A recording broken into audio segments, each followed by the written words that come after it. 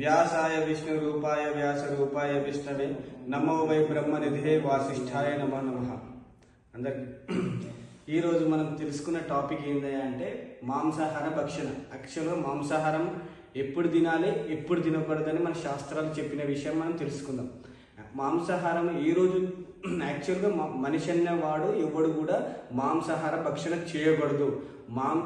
భక్షణ చేయకూడదని శాస్త్రం స్పష్టంగా చెప్పింది. మాంసాహారం తినకూడదు.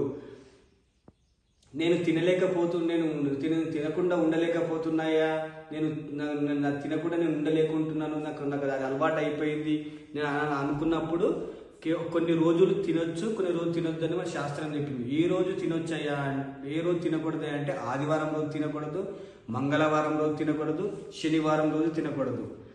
ఏ రోజు తినొచ్చయ్యా అంటే సోమవారం రోజు తినొచ్చు, బుధవారం తినొచ్చు, బేస్తరం అంటే థర్స్డే రోజు తినొచ్చు, శుక్రవారం రోజు తినొచ్చు.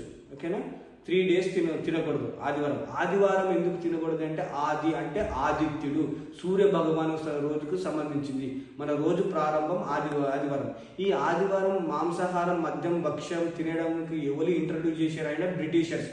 మన దేశాన్ని 200 సంవత్సరాలు మన దేశాన్ని పరిపాలించారు బ్రిటిషర్స్ పరిపాలించే ఈ దేశ ప్రజల్ని ఎలా సర్వనాశనం చేయాలి, ఈ దేశ ప్రజలు ఎట్లా బానిసలుగా చేసుకోవాలి, వీళ్ళని ఎలా బుద్ధిహీనులు చేయాలి, అనారోగ్యవంతులు చేయాలని తెలుసుకొని ఈ ఆదివారం నాడు ఈస్ట్ ఇండియా కంపెనీ నాడు పెట్టి ఆదివారం రోజు సెలవు ప్రకటించారు. ఎందుకు ఆదివారం రోజే సెలవు పెట్టారంటే వాళ్ళ శాస్త్రాలు తెలుసుకున్నారు, మన పెద్దల నుంచి పండితుల నుంచి తెలుసుకున్నారు. ఎవరైతే ఆదివారం రోజు భక్షించరో వానికి అనారోగ్యం తథ్యం, వాడు దారిద్రుడు అవుతాడు, వారికి బుద్ధి హీనిస్తుంది, వానికి బుద్ధికి చురుకుతనం ఉండదు. సో వాళ్ళు చురుకుతనం లేదు, బుద్ధిమంతులు లేదు, తెలివితేటలు పోతే వాళ్ళని బానిసలు చేసుకోవచ్చు అని ఆ ఈస్ట్ ఇండియా కంపెనీ పెట్టి ఆదివారం రోజు సెలవు ప్రకటించరు. ఆదివారం రోజు సెలవు ప్రకటించి మద్యం మాంసం తినేలాగా వాళ్ళకి ప్రోత్సహించరు, ఫ్రీగా తెచ్చిరు, ఫ్రీగా పెట్టి వాళ్ళకు భక్షించేలాగా చేసిరు. అలా ఆదివారం రోజు పెట్టి కంపల్సరీ తినేలాగా వాళ్ళు చేసిరు.